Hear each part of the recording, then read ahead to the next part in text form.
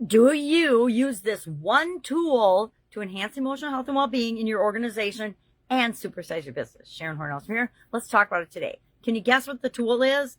To me, that one tool is journaling. Journaling meaning writing things down.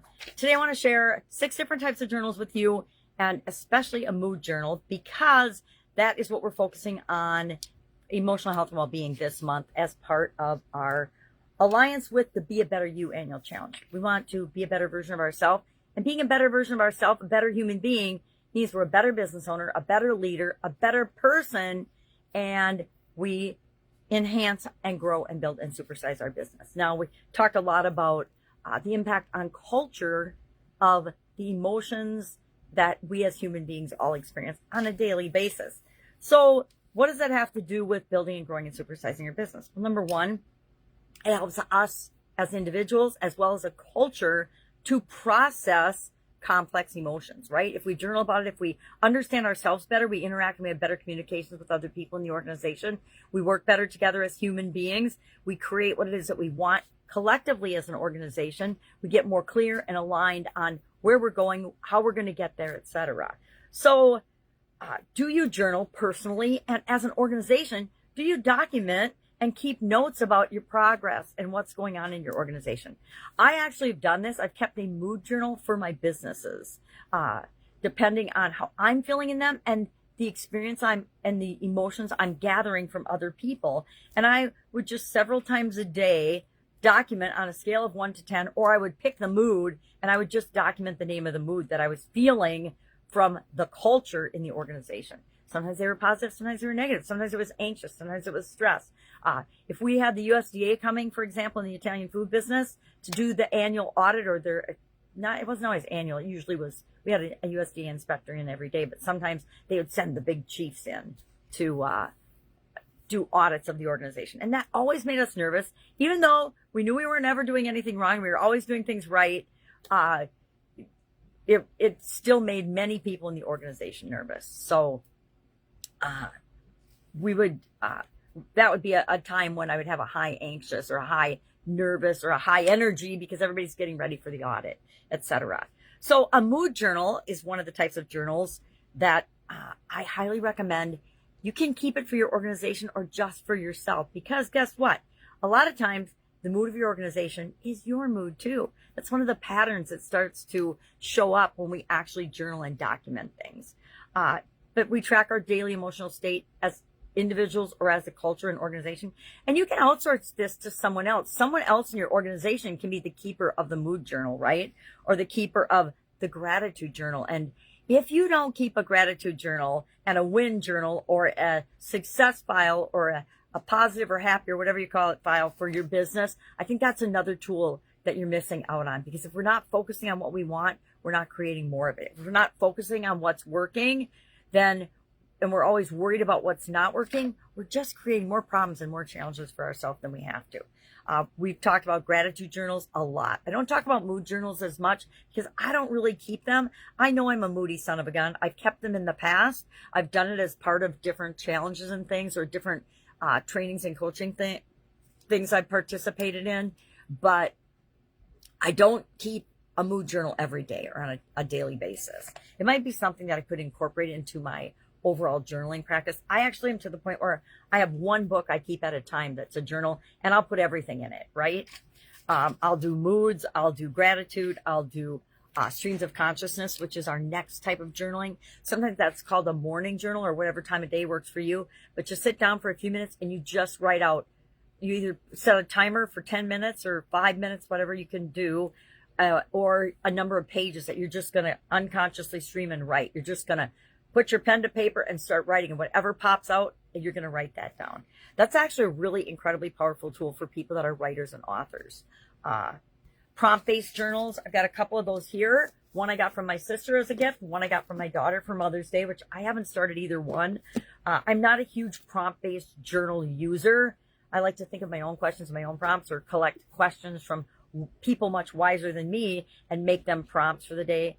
But this is actually a mixed type journal. It's a prompt journal and an art journal as well. You can draw out or write out some of the different activities. But it's definitely a prompt-based journal because it asks questions to trigger your thinking and to help you along the lines or topic or whatever you want. You can find a journal or create a journal for anything you want. It doesn't just have to be for emotions or for gratitude or for any one specific thing.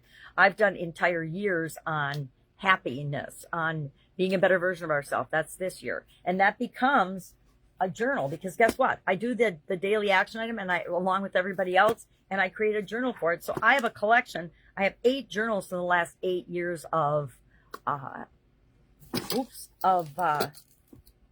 challenges. I don't think I can reach one handily. Let me see. No, they're stuck in a pile way in the back of my credenza, so I'm not going to grab one. But we can do goals and vision journals. I'm a vision board fan or a vision binder fan, but you can keep a journal and just write out progress toward your goals, your vision of what you want in the future. I think everybody should at some point sit down and just power out their lifelong vision for themselves and their life, and then put that in a file and review it. I say review it monthly, review it annually for sure, and just then journal your progress toward that.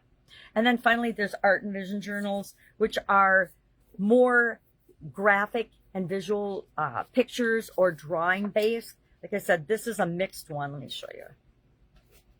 See, there's a lot of spots in this one for just drawing a picture or hanging a picture in there or sketching out something. I just rolled by a page and now I don't see it. So for example, you can just do graphics instead of, or drawing, or emojis, whatever works for you. So let me share one person's story and how that impacted them in their life and their career. From burnout to breakthrough. Emily's a 34-year-old marketing manager. She's burned out and irritable without realizing it. She started a mood journal with a simple 1 to 10 stress scale. So she just tracked her stress. How powerful would this be for certain people in your organization, right? Those that are anxious, stressed out, overwhelmed, overworked. Wouldn't having a mood journal that just tracked stress be powerful for them? It allowed her, within 2 weeks, she noticed that her mood plummeted on days with back-to-back meetings. And so she negotiated 2 quiet work afternoons where she just had no meetings. And then she saw her stress level drop and her creativity soar, because she realized the pattern was, when I have back-to-back meetings, when I have lots of meetings, I am stressed out through the roof. But if I switch a few things in my schedule, get myself 2 afternoons free a week, now I have all this time that's not with meetings, and I can use creativity and the things that I'm here for as part of the organization to create the career and the life that I want. Now, if anyone would like a printout of the different types of journaling, the purpose of them, how it helps with your emotions and moods, and an example entry, just hit me up and ask. I can just send it in a PDF form. I find things like that valuable because I forget about different types of journals sometimes. I usually just merge them all into one because that works for me, but that doesn't work for everybody. Everybody doesn't have a chaotic, mixed up mind like I do. And so you have to figure out what works for you. But I guarantee if you were to add journaling to your personal practice as a leader and to your organization as a collective, meaning documenting and sharing and keeping a history of your organization, you will supersize and grow your business much faster, because you will see the patterns that are helping your business to grow.